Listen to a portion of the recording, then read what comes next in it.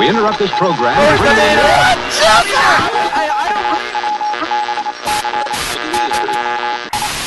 Oh, baby! A throwback roll call! Welcome to America, son! Whoa! Demon! Blah, blah, blah. Another drop tour! Oh my God!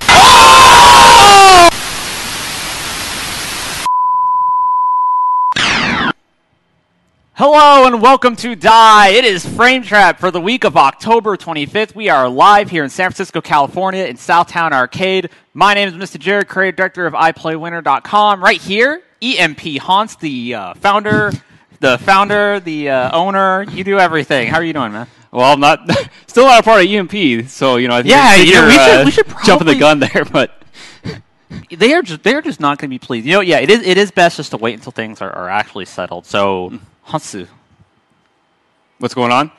Nothing much. I was in a car for about 8 hours, like 10 minutes before I got here. Looks like you've had a lot of fun.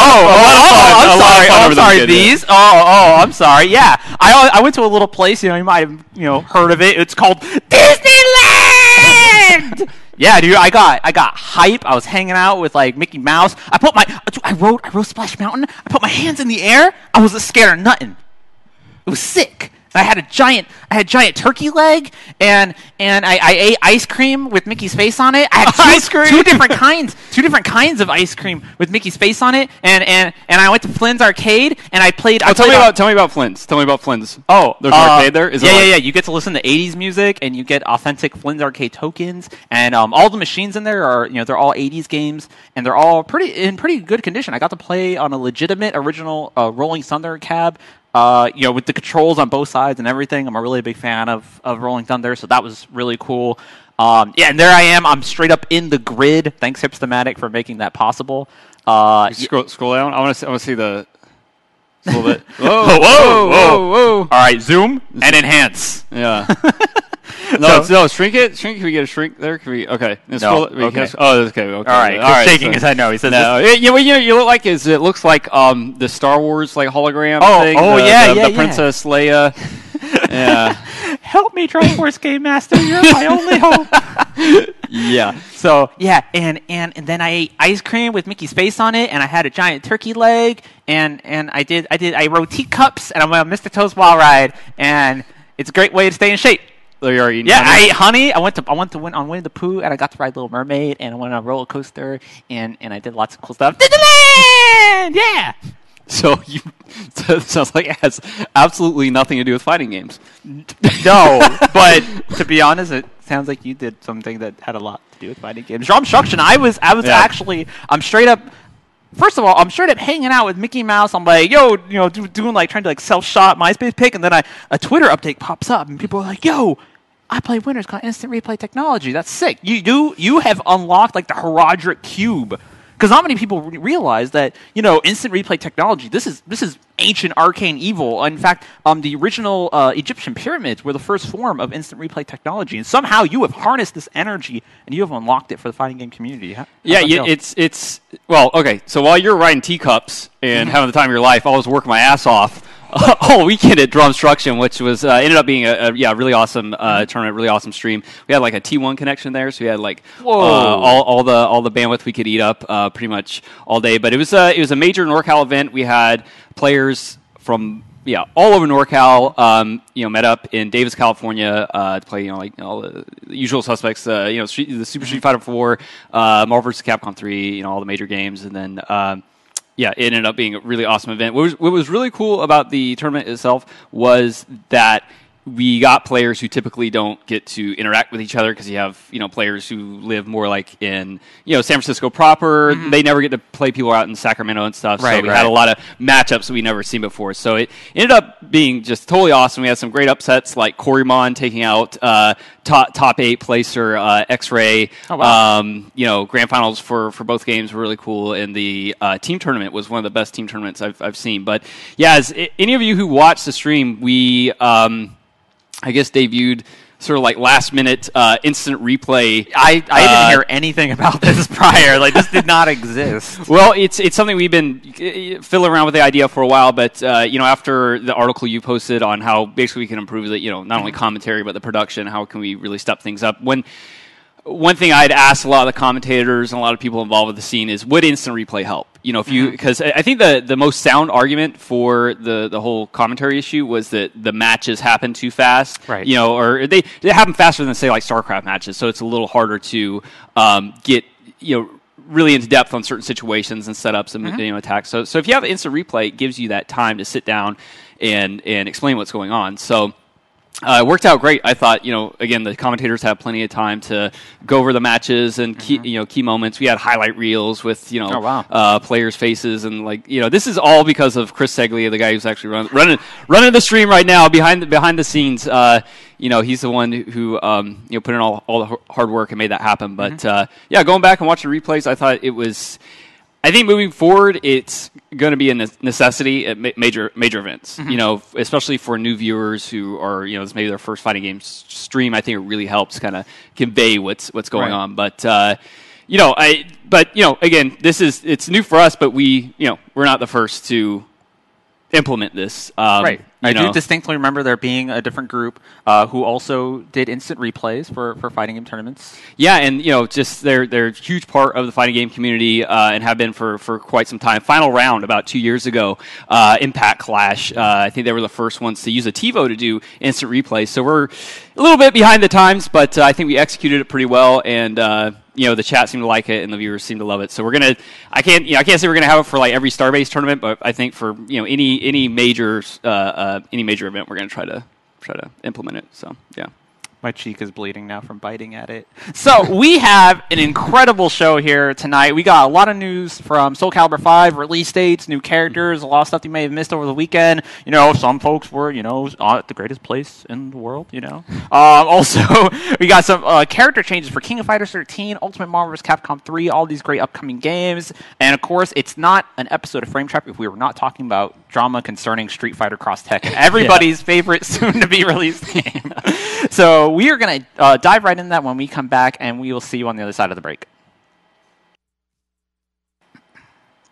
All right, welcome back to WMAC Masters here on iPlayWinner TV. We're about to witness an incredible bout between Tiger Claw and Black Widow right here live on UPN. UPN, wow. Actually, we're going to talk about Persona 4, the Ultimate Mayo. The Ultimate Mayo. But let's be honest. This next segment, it could be about Persona, it could be about Street Fighter Cross Tekken, but let's be honest for just a moment. Wouldn't you rather be watching WMAC Masters about right now? So two new characters. You lost me on the reference. I know UPN. I used to watch a lot of UPN. But what was their old catchphrase? Was it Upin? Was that their thing? Like Upin, Upin. All right, new characters revealed for Persona 4, the Ultimate and Mayo Arena. As many of you probably. That's one of them. Yeah, okay. As many of you probably know, I don't really play many video games outside of fighting games, so I don't really know too much about the characters or their history in the Persona universe. But some new screenshots were released. I think it was just about a day ago. I think like Andrea was saying and Silicon Era, they had a quick write up with the screenshots, and so you have. Let's see here, Teddy, who is actually the tournament organizer for the game. I guess that's the story behind him.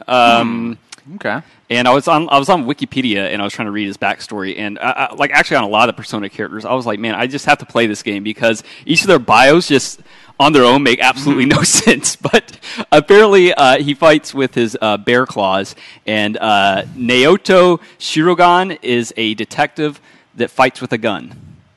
Well, that's actually pretty interesting because there hasn't been many characters in fighting games that actually, fight with guns. I mean, I could. All right, Chris Redfield. I was right about to say that aren't explicitly from games that feature guns. I'm talking about real, honest fighting games that have characters that feature guns. I could think of Vermilion from Battle Arena Toshinden 2, Noelle from Blue. Right. Yeah. And then I start drawing some blanks. Yeah. So. There's no trailer yet, so we don't really have any gameplay footage or anything. But there are some new screenshots. You can check it out on iPlayWinner.com, and then I guess usually they release a trailer a couple days after they've been announced. So probably keep an eye out for that too. So okay, yeah. Should we just move right along? All right, move along. So Street Fighter Cross Tekken. Do you want to hear about some more gems? Because I know that people just want to hear all about these fabulous gems. Well, this was a post that was made. It was translated. It was actually an official development blog post on the Capcom site, and they went more in detail on the gem system, on the different types of gems, and then they had a translation on Capcom Unity. So they sort of broke it down into two different gem types that the characters can use. I'm assuming maybe there are more, but I believe it would be safe to assume that there will be more types. Yeah, but they broke it down into two main categories: boost gems and assist gems. And boost gems are basically for character buffs, like increased speed, increased damage, things that affect the character directly as far as their attacks and and that's stuff that we've seen in the previous trailer that really went in depth and explained the gem system. That's a lot of the kind of stuff that we saw. But then there's also these assist gems, which get a little sketchier as they are to actually from my perspective, just kind of seems to kind of fill in the gaps of player shortcomings in a way. I think they should call them crutch gems instead of assist gems. That might be a little more apt. The assist gems will enable you to do things such as auto block. right here, and it's at the expense of the meter, the cross gauge or whatever. So it just kind of kicks in, like, let's say I don't block a jump in, but I have some meter, it'll just automatically spend that meter for me to auto block? Yeah, it's for the gyms, just generally speaking, there's a certain criteria that has to be met, or there's certain conditions that have to be met before they're activated. So with this, with like the auto blocking gym, for instance, as you saw in the video, if you're not blocking but you have meter, use up some of the meter, but you won't take any damage, of course. But once you're at a meter, of course you can't use it. So can we bring up that image real quick, because they also included an image that I thought was really interesting. It was basically the common problems or a solution. Okay, so gems are a solution for frequent problems in fighting games, i.e. sucking. Right? Let's be honest. So the first one, mirror matches. I like mirror matches though. Like Sagat mirror matches are really interesting to me. Like the whole full screen Fireball game or a Tiger Shot game. I think it depends on a character, because coming from Street Fighter IV as a Chun-Li player, mirror matches are a nightmare. Well, they can be irritating, but some are interesting. Right. But it's something that as you as a tournament player, you have to sit down and learn them. Yeah. Can we pull that image up again real quick? Yeah, thanks. So next one is throw teching is a problem in fighting games. Now, hook me up with that gem. In fact, give me 5 of them. I don't want power or speed. I just want 5 throw tech gems. This brings me back to the early '90s in the arcade when people would outlaw throwing or throwing. Yeah, ban throwing. Hey, if you're gonna play, you want to play Mortal Kombat with me? Okay, all right. Hit low punch and down. And so, so they have the auto throw gems, and then the disparity between high level players, and then I guess scrubs. And someone in the I Play Winner comments, I think said it best. He's like God forbid someone win for having legitimate skill. I couldn't have said it better myself. So I'm gonna be frank here. That's image just worries the hell out of me. Right here, disparity between high level players. Ouch. But I think that's really the direction they're going with this game. They want it to be really accessible for new players, people who don't really have much fighting game experience, and then the gym system is a way to accessorize your characters, and as we were talking about on the last show, all gamers love to collect something. So but at what point does making a game accessible, when do we reach the point where it's accessible enough? Because already with Street Fighter Cross Tekken, we've already eliminated a lot of the high execution concepts as seen in Street Fighter IV, where you had FADCs and link combos. Now we're at the point where we have this game that not only includes, as you said, crutch gems, but of course it kind of remains to be seen how these will all play out. But I'm starting to kind of feel more on your side of this. But we already have this game where the combo is just A, B, C. Right. It's like we already got a Sesame Street Fighter on our hands, It's like, at what point is it, I don't want to say too accessible, what a point does it begin to kind of affect the disparity between skill and, not happen. And it's are they gonna? I mean, is this going to alienate the hardcore fan base, which if they're not playing and if they're not making the game look good, then maybe some of the newer players may not see why fighting games are fun if the hardcore crowd isn't really picking it up. But Keats on Shuriken.com, he wrote an article, I think it was just a couple days ago, that he was also talking about the gym system, and I think some of you mentioned briefly on previous shows just how it's going to be sort of a hassle for tournament organizers. I mean, they made it pretty clear that you have to use gyms, and so which gyms do we have to use? I mean, having DLC for like Mortal Kombat and all these other games is a big enough hassle as it is. So it's really interesting because part of me wants to try it out, and it sounds like it could be sort of fun casually. But then when you look at it from a competitive standpoint, I'm really kind of it kind of concerns me. So and last week we actually mentioned, or I'm sorry, I'm not sure if it was last week, but just the last time we talked about the gem system, I also mentioned, well, we could just not equip gems, but then of course we also don't know whether or not that's actually possible yet. Yeah, so I was wondering that as well. Yeah, there's a lot of, the debate regarding gems is of course really intense because we're talking about allegedly dumbing down a game. Hardcore fans really always hate that, but at the same time, I still want to have a lot of faith in this game because I think it has I've enjoyed it every time I've played it. It's got all these characters I like. It's really flashy. There's a lot of fun elements to it, but at the same time, it's like the more they keep kind of unlocking the secrets of the gem system, the more I'm starting to wring the hands a bit more. I'm like, ooh, I don't know where this is going. Yeah, and I try to keep an open mind towards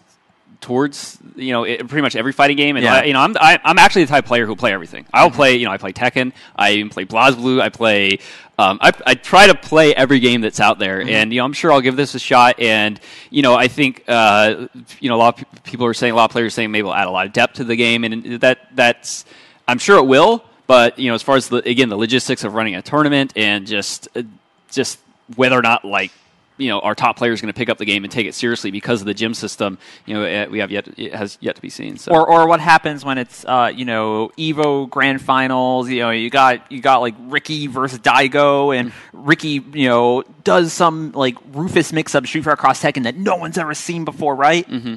But Daigo's got the auto block gym and some super and some meter, and it automatically blocks his goofy cross up for him, and then he just Shoryukens for the win, right? Like, wouldn't that kind of stuff kind of take away some of the hype where it's like when that the game did it for them? Oh, option selects. But there's also like counters to option selects. But you really have to learn the option selects, and some of the stuff is like character specific, depending on how far their backdash goes, and things like that. So there's obviously we joke about it being option select Fighter 4, and a lot of stuff is taken care of for you. But this is on a whole other level. Yeah, this is literally the game is going to do something positive for you with without your input or not. So that is definitely a very very fair point. So, but this was, I guess this translation was, later last week, like Thursday or Friday. So if you want to read the entire thing, they have it on Capcom Unity.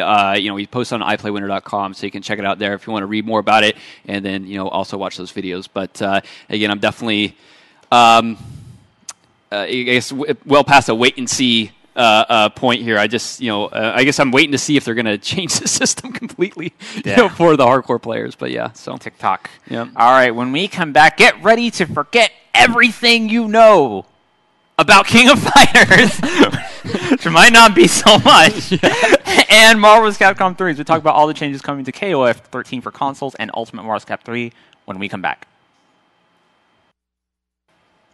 All right, welcome back to Frame Trap on iPlayWinner.tv, brought to you by Mama Celeste. I didn't tell you that we've been working on some sponsorships. Oh, okay. Yeah, we couldn't get Hot Pockets. Yeah, we definitely need Dentine or Totino's. Yeah, but we did get Mama Celeste. So we need Stride. Yeah, we can probably get Stride. They're doing Six Flags.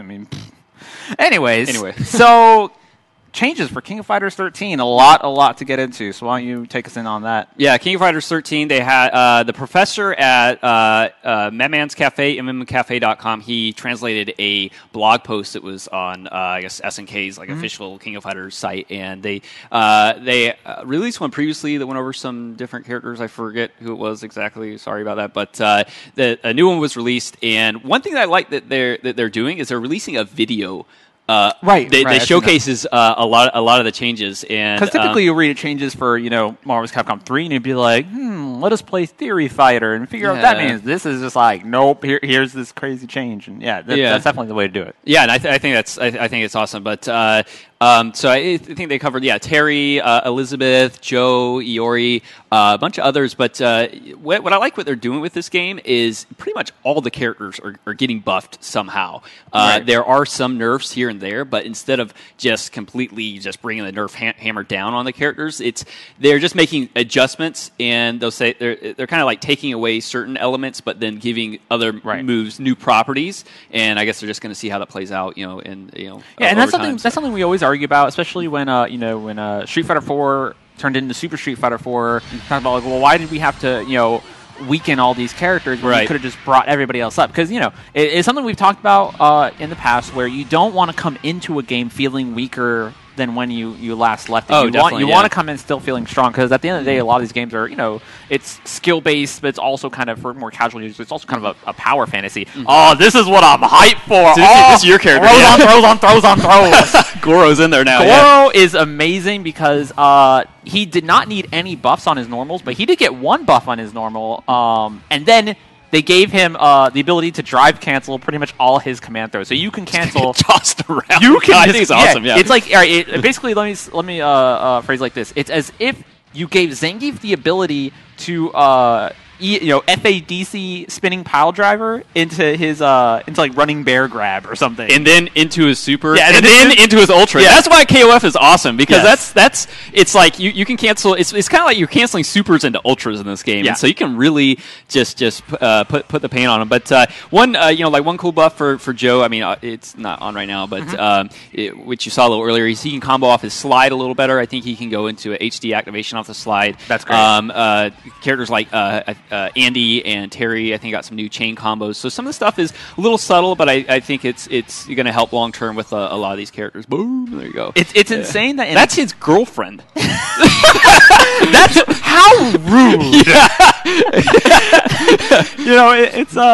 It's crazy that in a game that is already extremely combo friendly, in the console version of this, they're like, you know what? Let's give every character more opportunities to combo. That I salute that. That is absolutely incredible. And so they're also making a couple adjustments to just overall gameplay. One thing that caught my eye is there's less hit stun on jumping attacks. Right, we were talking about that. Yeah, and so KOF players know, obviously, with hops, you doing like short hops to land an attack is a good way to open up the opponent. But you also use normal jumps, super jumps. You can attack from a lot of different angles, and I guess the game just in general is a little jumpier than some other fighters. Street Fighter, you can get punished pretty hard for jumping.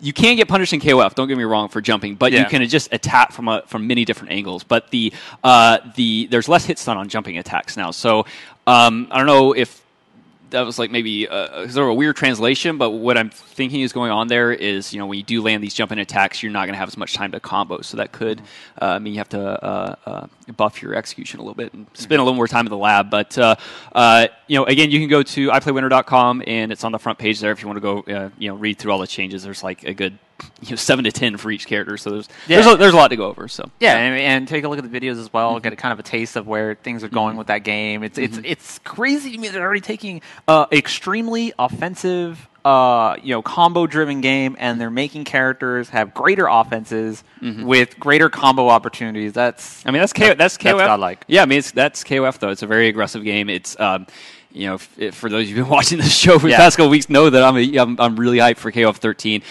Pure honest fighting. That's what they're bringing to the table here. So if you don't like blocking, get KOF 13. Just make up for it by going in twice as hard. Yeah. So another game where you get to. Actually, there was one last thing we forgot to get here. SoCal Regionals. Oh, yeah. So Atlas is sponsoring SCR, SoCal Regionals. They're having a KOF 13 tournament down there, and I think it's going to be like the first like major tournament. So they're adding $1,000 to the pots.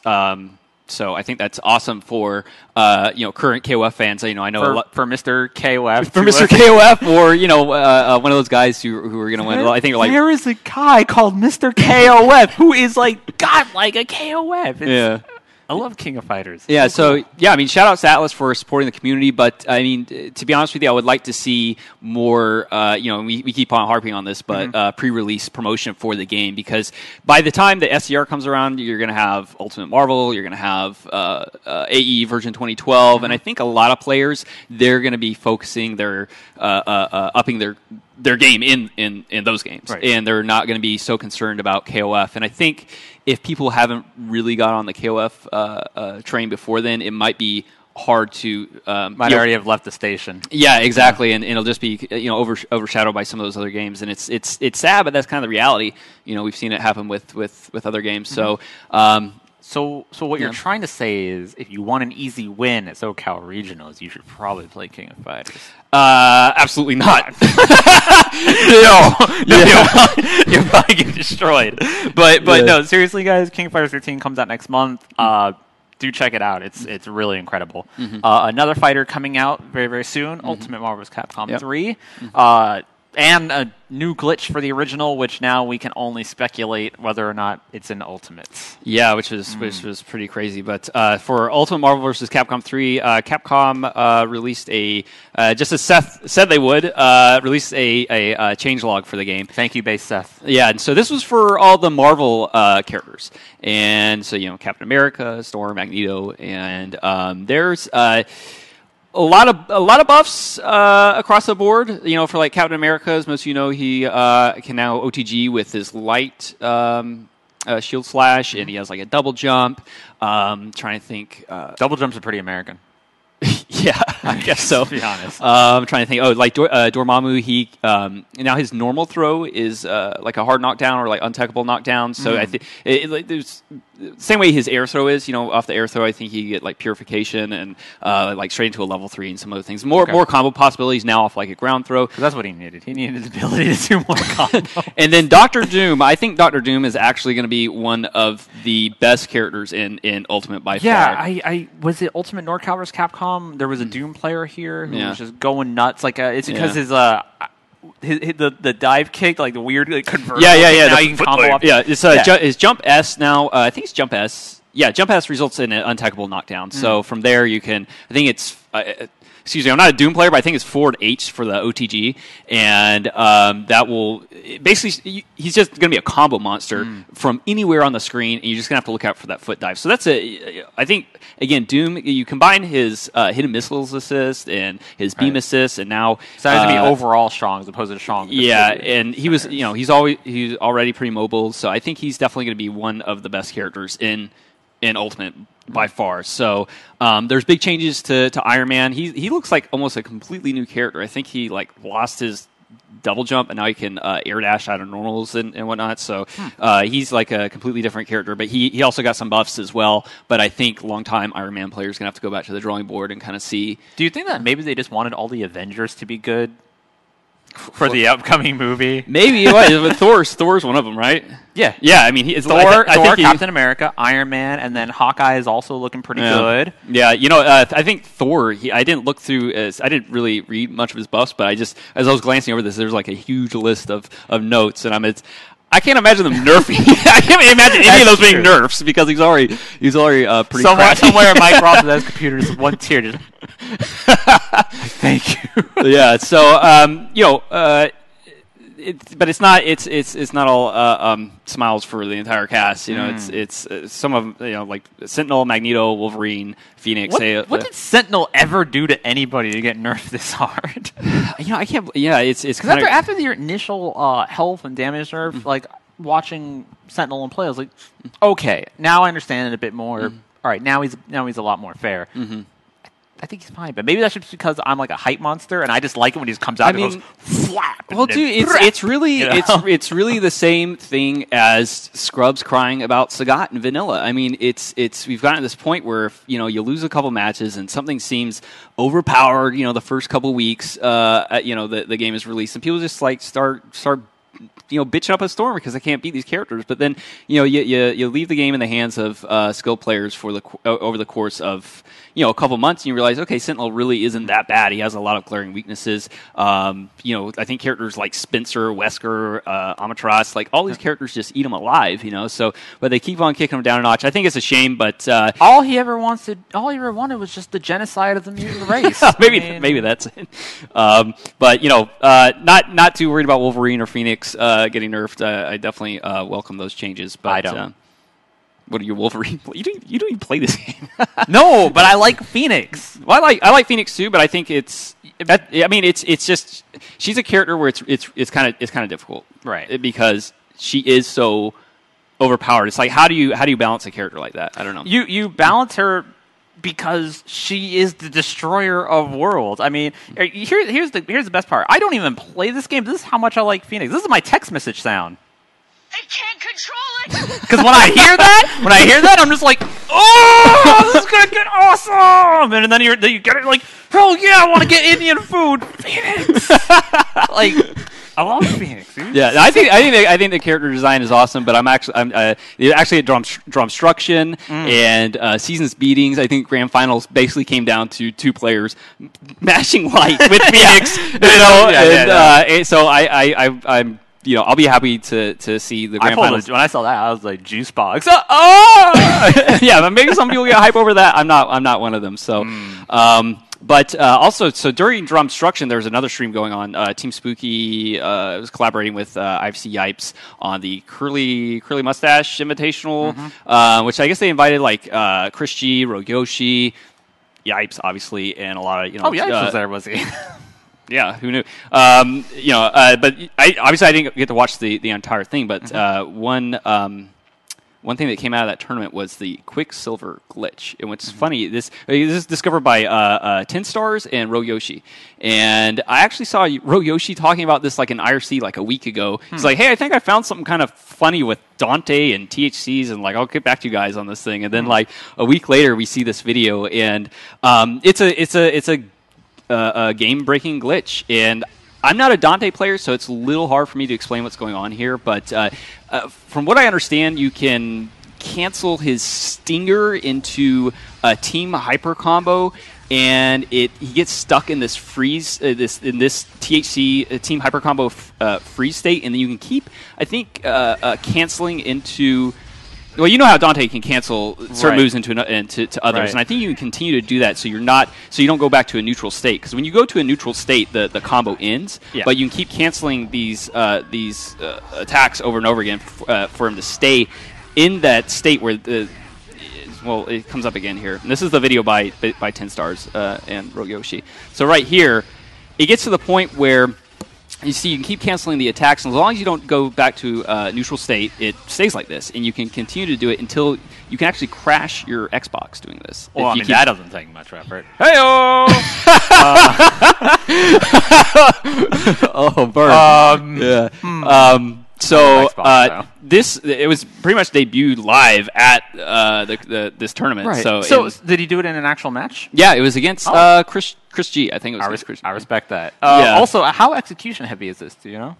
I don't know. Like I said, I'm not a Dante player, but I think it's just I think a lot of those types of attacks. It's, as far as I know, it's like quarter circle forward attack, and then another quarter circle forward and attack. That's generally how it works. So some quarter circle motion attack, and then do it again, and it cancels another attack. So it's not, it's probably not the most difficult thing out there, but I still think it's easily one of the weirdest glitches I've seen in a fighting game in quite some time. Yeah. So I am interested in seeing if it's in Ultimate. If it's in Ultimate, So obviously banned at tournaments. You're not going to see it at tournaments. Yipes banned it on the spot. Good job, Yipes. Yeah. Looking out for Marvel players everywhere. Yeah. We have to look out for Soulcalibur players. Yeah. That's what we're going to do next. So when we come back from this break, Soulcalibur, blowout, release dates, new characters, all sorts of really fun stuff. So we'll get right back to that. So what I'm thinking is that you have like a glitch gem, right? Like, did you ever play Eternal Darkness for the GameCube? It was this game like survival horror, yeah, like right. it'll make you think you're crazy. So I'm thinking is right, like you activate this glitch gem, and the Xbox will start red ringing, and if it's like your friends, he'll be like, "Oh crap, my Xbox!" and like he'll like go for it, right? But then the glitch gem will activate, and he'll be up away from his stick, and he'll be just like, sucker, and he'll bust a fat combo, and he'll be like, "Oh no, the guy, I activated your trap gem," It'll be like DLC, like for like $150 or something, and so like only so many people will have it, or right? something. And it'll also give you like an extra warranty or something. Yeah. Oh wait, are we back? Oh shit. Okay. We are back on WMAC Trap on iPlay Open TV. So Soulcalibur 5, everybody's favorite sequel to Soulcalibur 4. All right, so that's actually what came out of my mouth. Okay, take it. Just take it from me. Okay, so we're just going to apologize in advance to all the Soulcalibur fans out there because we don't really know a lot about this game, but we Don't say that. It's true. The most I know about this game, honestly, is mashing on the Dreamcast back in the day. That's about there's Killick. You do are with the staff. No, mash it out. Keep digging that hole. Yeah, keep so digging. I'm just saying, I'm not claiming to be a Soulcalibur expert, but the game is coming out. It's looking sick nasty, is what it's looking. I gotta tell you, bro. It's coming out soon. All right, January 31st. It's coming out maybe a little too soon. If memory serves me correctly, and it might not, I believe this was actually announced technically after Street Fighter Cross Tekken was actually announced, and it's going to get released even before it. So it's like seems like it has a short dev cycle, quick release. We did that story a few weeks ago where the director talked about how he wished he had more time to work on it, and he's just a salary man and all that. They want this baby out pretty quick. Yeah, and that's actually what I was going to bring up is that tweet. He was saying that they just don't have enough time to work on the game. We're kind of blown away that he was so candid about that. But yeah, it's coming out a couple months from now, and they're 31st. I kind of assumed as much. I mean, they have really just been just throwing the character reveals out there. It seems like each and every week there's like new characters coming out for the game. But to be fair, so same with Street Fighter Cross Tekken. Actually, it seems like more like once maybe a month, but it's still pretty significant. I don't know. It seems like it's even at a faster pace with Soulcalibur. So I kind of felt like, I mean, this is just me, but I felt like something was up. But they revealed, even more characters. Let's see here. Yeah, try that. Okay, so this guy right here, Dampierre, he's he's from the Soulcalibur PSP game. Yeah, Broken Destiny. Yeah, and I know Soulcalibur. So he's a DLC. Wait, is this the PSP game? This is actual. This is his trailer.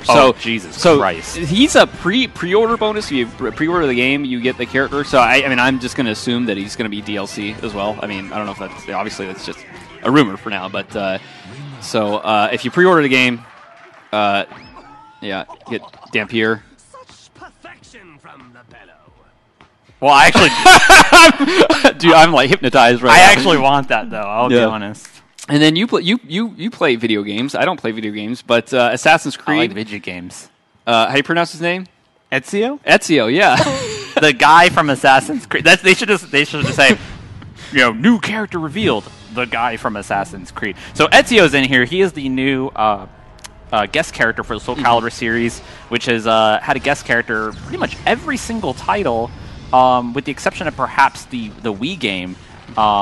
Where it had a guest character. And this is what they I guess they officially announced like Nightmare as well, and he's in the Ezio trailer as well. But I have to say and we'll see him here in a second, but he's a much better fit than say Spawn, Yoda, Darth Vader. I mean, that was just like a joke, really. I think Link. I think Link was in Soulcalibur 2. Was he in the GameCube one? Right. Actually, Ezio. Maybe it's just because he's wearing a white cloak, but he actually reminds me from the guy with the scythe from Soulcalibur 3, whose name escapes me because he was a guy from Soulcalibur 3. Gosh, I don't even remember. Yeah. Yeah, we joke. We joke. I actually do love Soulcalibur, but that love also comes with, so many other feelings from the past couple years of Soulcalibur. Yeah. But yeah, no, I do agree. He is a. I'm honestly, I have to be 100% honest. I am not a fan of the character. I just don't. Really? No, I'm not. Any particular reason? Yeah. It kind of goes back to that. He's kind of the I'm like stammering because I'm trying to think of how to actually praise this. He kind of basically goes back to that whole notion of let's create a generic cookie cutter badass character which will appeal to 13 to 17-year-old boys. Oh, you think that's there's not much character to it. It's just like I wear a cloak and I kill people, therefore I must be badass. And people go, "Oh, he's so badass." Oh, yeah, sort of like the Onis and the Akumas. Yeah, okay. But at the same time, I do agree. Much better fit than, let's say, pretty much all the other guest characters. Because even someone like Kratos was in which Soulcalibur was that? Was that Broken Destiny as well? Was he in Soulcalibur? I think he was in Mortal Kombat. No, he was also in Mortal Kombat. Kratos was in Broken Destiny, the PSP game. Okay. And that's like, well, now we have this character who we know, like, rips heads off dudes and goes, like, totally berserk. Doesn't really fit. Not after Yoda. So, yeah, and Heihachi was also in Soulcalibur 2 for PS2. Oh, that's right. He didn't have a weapon. Yeah. Or then, of course, does Heihachi really need a weapon? He's got a bear. He didn't have the bear in that game. Yeah. But yeah, he does. I would probably say Ezio is probably the best fit. Yeah. Although Necrid was pretty sick. I don't even remember Necrid. Gosh, I don't know. I'm totally lost. Necrid was... He was Seth, but he was green.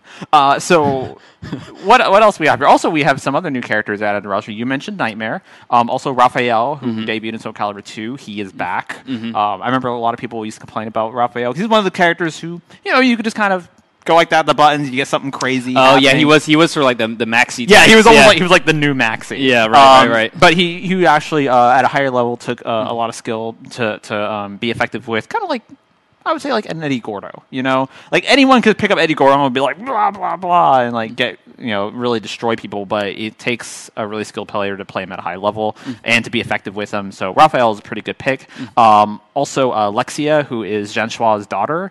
I actually saw, I believe it was Markman and Kayane, who are both talking about how, because a lot of these characters who come in Soulcalibur 5 who are, the daughter or the cousin twice removed, the Mitsurugi or something. The redheaded stepchild. Yeah, the redheaded stepchild, the Siegfried. Valdo's daughter. They tend to play a lot like the older character to the extent of, well, why don't you just use the old character? But Lexia seems to be a break from that. A lot of, Kayane, for example, was trying out a lot of Jean Shua moves. Not the same kind of...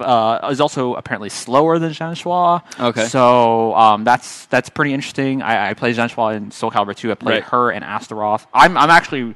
For as much as we're cracking on this, I'm actually really looking forward to it because Soulcalibur it's a series that I would really love to have a return to form. Yeah, okay. Remains to be seen whether this is it, because I'm getting major Soulcalibur IV vibes. Oh, really? Okay. Yeah, and I don't need to tell you that that's not cool. Well, and it's not a game that, personally, when it comes to Namco games, as I mentioned earlier in the show, I typically play every fighting game to some degree, but when it comes to the Namco camp, I'm really looking forward to Tekken Tag Tournament 2, and personally looking past Soulcalibur 5 a little bit, but I do know there's a really strong, hungry community out there who is really looking forward to the game. So, for their sake, I hope it's awesome. I hope it's a lot of fun. But things like I guess they have like some sort of like comeback mechanics and some other things in there. So we'll have to see how it pans out. Again, for the community's sake, I hope the game isn't being rushed too much with the January 31st release date. So again, we'll just have to like I said, Soulcalibur series that really ran off the rails. Hoping it kind of finds its way back on track. You know what would actually be pretty cool? And maybe Rich might not be so receptive to this now that I made fun of Ezio. But I would actually, I think it'd be cool if we did something like we did with Ultimate NorCal with Soulcalibur, because I feel like Soulcalibur, not a game that many people have really gotten their hands on, or Soulcalibur 5. Period. In France, they had a really great event. Yeah, you actually bring up a good point. I think that's what the game really needs is like, yeah, they're doing that out in France with a sort of pre-release because they have a tournaments really strong Soulcalibur community out there. Right, and I think just having something, here in the States, their own sort of like fight club for maybe have like Soulcalibur and like Tekken Tag 2, let people play it, and then I know like Eris, he was I think Soulcalibur 2 or 3 like world champion back in the day, so maybe get him on the mic to talk about the game, because I'm actually interested in it, but it seems like finding media or streams or anything that it kind of explains the game to someone like me who doesn't have much of a Soulcalibur background. I don't feel like it's really there, or I have to dig way harder than I really want to find information on the game. So I think something like that would go over well. Isn't 8-Way Run a Soulcalibur site? Yeah, 8-Way because I saw 8-Way Run casting Smash Brothers, and that confused me.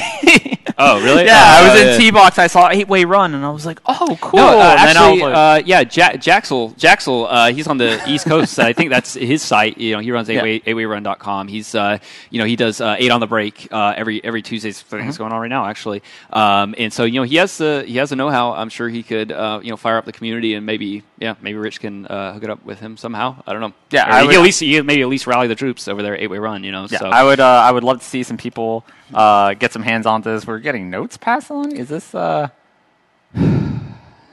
we need NorCalibur.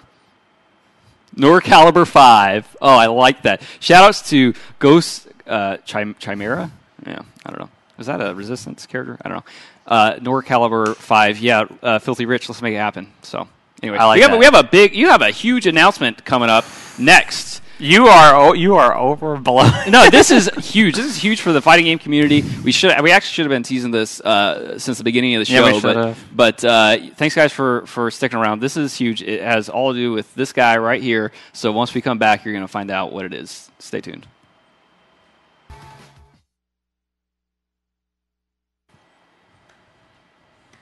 All right, thank you guys so much for sticking with us at the past hour here on Frame Trap on iPlayWinner.tv. And what a night it has been. Our director, Chris Seg, is hungover. You have sleep delirium. I feel all right. I hopped up on delirium. I was in a car for 8 hours with 2 dogs and a cat. On my way back from Disneyland. I'm not even joking. So it has been quite the night. We are all of different sorts, but you know what? This is what we do. We all pull it together. Yeah, it resulted in some great trolls, some great banter back and forth. The delirium and whatnot. So, but let's get right to it. We have a big announcement coming straight from Mr. Jared here. I've known about this for. Like 3 weeks. Like 2-3 weeks, and I've had to keep my mouth shut, but this is huge news, not only for this show, but I think the fighting game community in general, so let's hear it. All right, so let me just set this up really quick. As some of you guys may know, I've been working in the video game industry for about 8 years now as a professional. I started out, my earliest of gigs in just QA, like a lot of other folks, Atari and Namco, doing a lot of freelance writing. It wasn't until I got picked up by OneUp.com and began writing for OneUp.com, Electronic Gaming Monthly, official PlayStation magazine, that things really took off as a member of the gaming press for me. Went on to do Joystick, The Escapist, a bunch of other crazy stuff. And then at a certain point, I decided to move into community management. From there, Turner Broadcasting, Sony, and most recently with the mobile gaming giant NG Moko, makers of really awesome iPhone games, owned by DNA, the largest mobile outfit in Japan. So for the past couple years of my life, it has really been community management. But for me, that is something that has always been a part of who I am, and in no large part thanks to the fighting game community. Growing up in arcades, right? Helping you guys out with I Play Winner. I think even like at OneUp and Joystick, that's sort of been your it kind of sets you apart from like some other like game journalists and stuff. You do have that sort of deeper knowledge of like the fighting game community compared to most of the guys that are out there right now. So I think that's a bit fair. So last Friday was actually my last day at NG Moko. Of course, I clearly have something to celebrate if I came in running into the show with mouse ears on and going to Disneyland. So I'm just going to cut to the chase. So as of tomorrow, I am the community manager of Twitch.tv. the very streaming equipment that you guys are seeing here. So Live studio audience. Thank you for blowing me up. Okay. Yo, I'm wearing the Optic Blast shirt. Yeah, we want to go win. Hey, that was the beginning of the show, though. Yeah. You will find out more of what this means in the days and weeks to come, as will I. Mm-hmm. My first day is actually tomorrow, so I gotta find out what that all means. Mm-hmm. To be honest, not going to hear too much about that here on Frame Trap. I will say that I'm still going to remain creative director of I Play Winner, right, so long as Lord Nigel Croissant will have me. As long as I allow it. Yeah, pretty much, let's be honest. I will still be doing Frame Trap here each and every Tuesday. I actually, in order to figure this end of it out, I actually consulted a good internet buddy of mine, DJ Wheat, who he's recently announced that he is the esports manager of Twitch.tv and esports. Yeah. So I asked him, are you still going to do your show? Wheat is still doing all his shows. He's still keeping, that's good. Yeah, he's still keeping his really awesome lineup. And so, if Wheat's going to be doing like 5 shows a week, I do one. I should hope I can still do one. So I will continue to be doing Frame Trap until I am no longer capable of doing it, or until it becomes a distraction or something like that. Hopefully, we can still be doing this. For until the sun explodes or another earthquake happens next week and swallows all whole. But just to reiterate, tomorrow I begin as community manager of Twitch.tv, devoting all of my time to esports, and I'm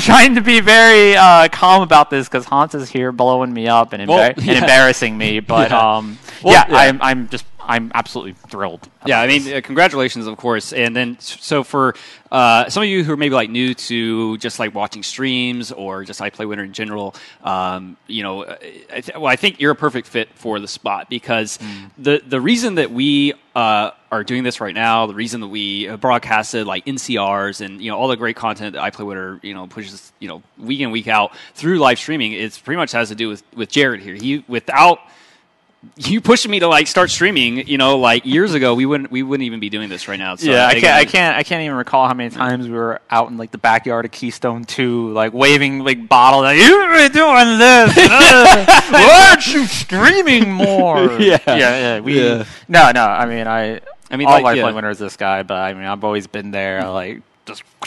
Yeah, well, I mean, the first. I am the I Play Winner mom, after all. Well, the first NCR, I think it was the type of thing where we weren't even really sure if we were going to go through with it, and then we were like, well, maybe we should try this live streaming thing, and then I think we're still using some of the equipment that we used, like the cannabis and stuff, from that tournament, and that was like 2.5, almost 3 years ago, and even back then, you really pushed for, you've always really pushed to. Take the broadcasting and the presentation to another level. As far as we could on a shoestring. I mean, even back then, I mean, we were really the first to commentary cams, player cams, picture in picture. Even just commentary. Yeah, so a lot of that stuff. In-depth overlays, pre-roll footage. Like intros. I mean, intros like player cards. We've pioneered a lot, actually. Yeah, we might not do it the best. Might not be the most consistent.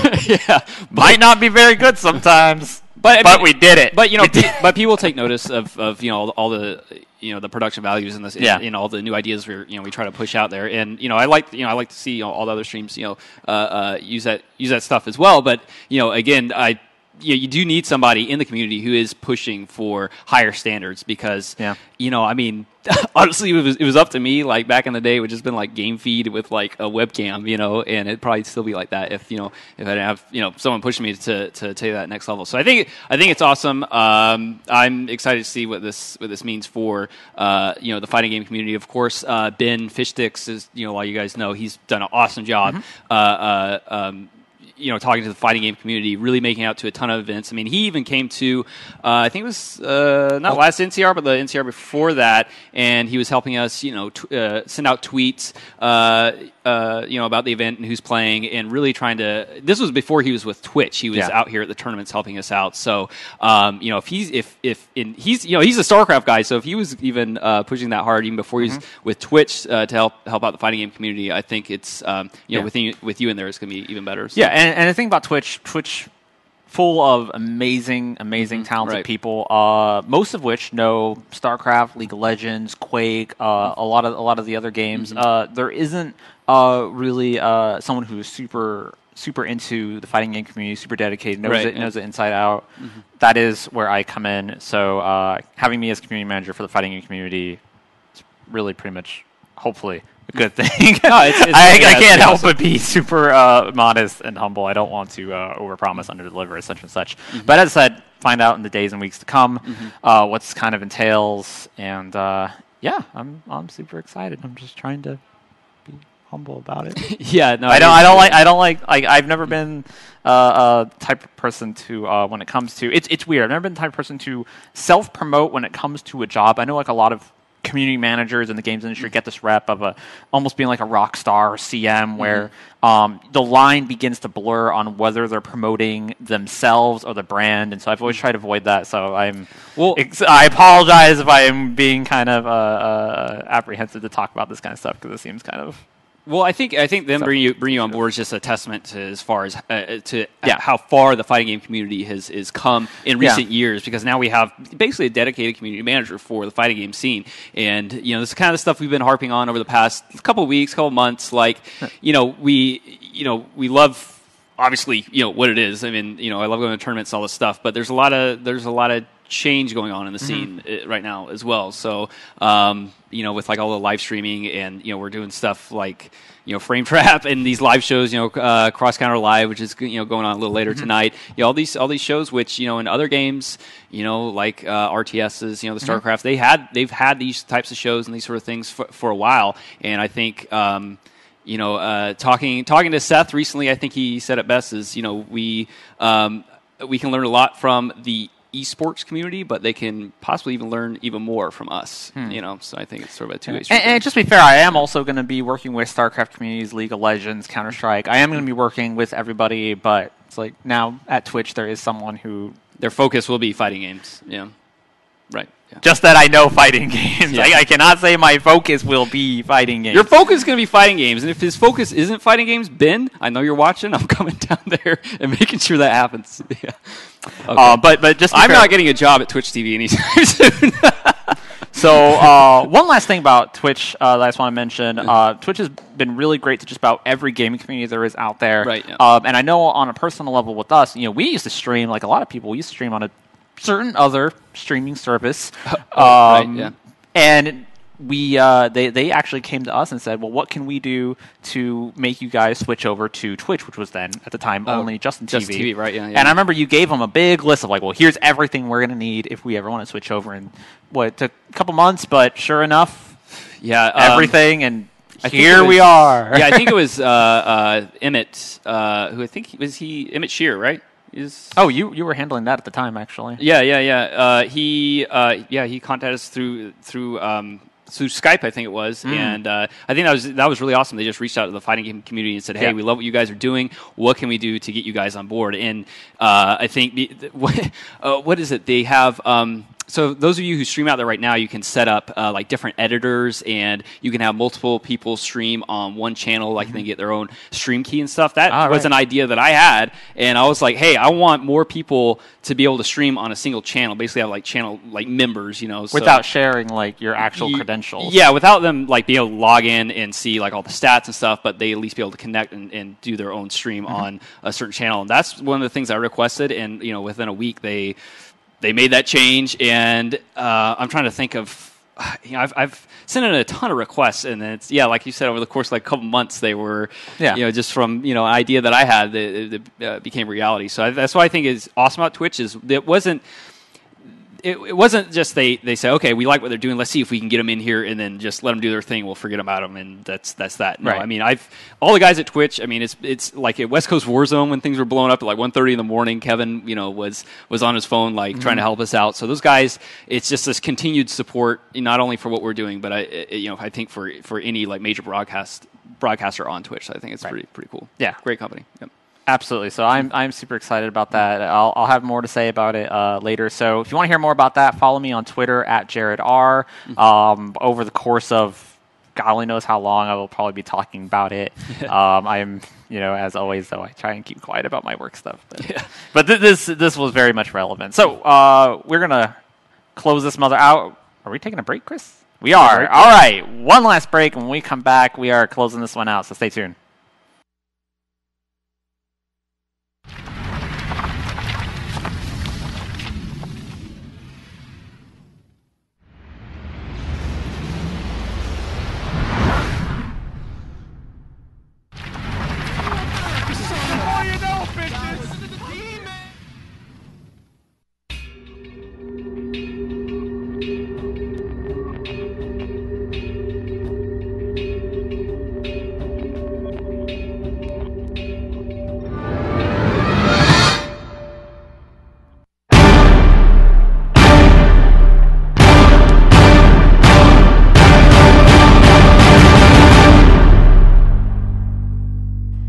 Ice cream.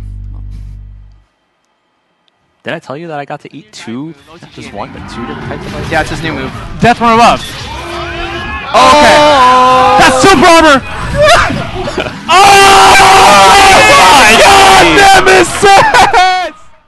Did I tell you I got to eat not one, but two different types of Mickey Mouse ice cream at Disneyland? Really? It was delicious. Yeah. So, you know what else is delicious? Ultimate NorCal vs. Capcom Deuce. Yep, coming up November 8th, and I know everybody liked the first one that we had. Had a single elimination tournament with some of the best players in NorCal, and this time around we're going to have a couple of surprises in store for the next event, but it's going to be mostly what I know you guys are looking for, which is just high-level gameplay of a game that's not out yet. So there's going to be more details, in the following week or so, which you can find on iPlayWinner.com, of course. So Phoenix Wright will be unlocked as well. Pretty much the entire roster will be available this time. I don't want to say anything. Well, if they're not, I'm going to be very disappointed. Well, I mean, I don't know. Twitch TV community manager, make it happen.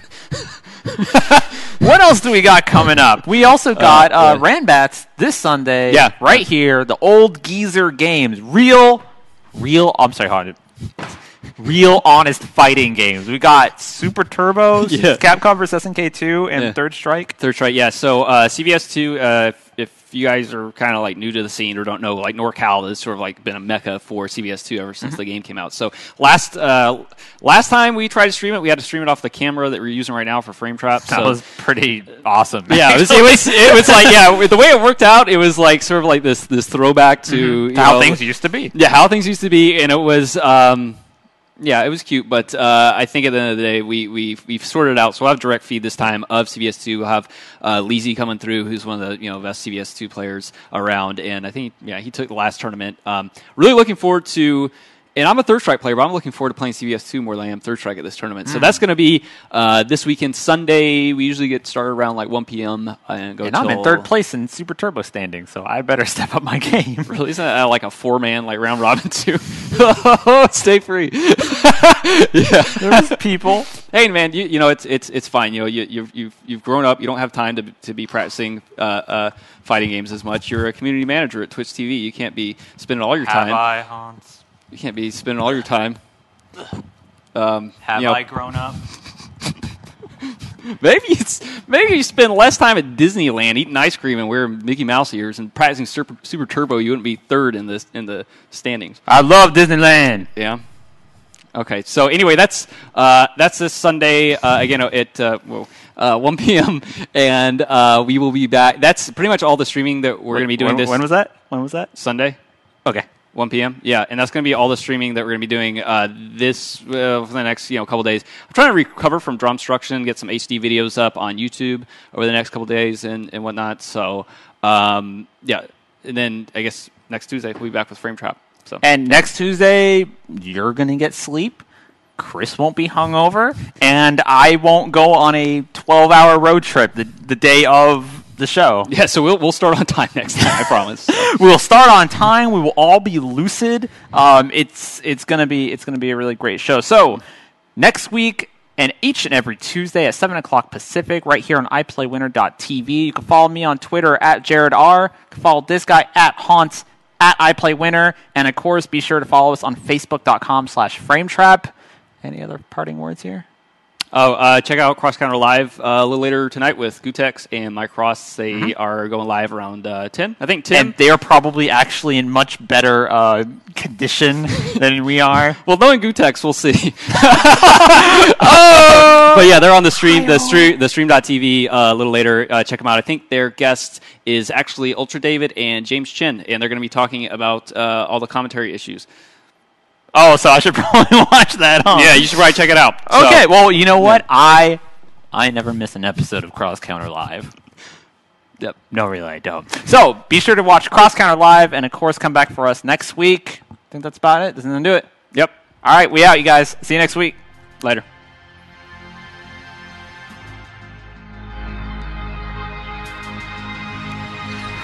Let us travel now, at the speed of light, on a trip toward the edge of the known universe.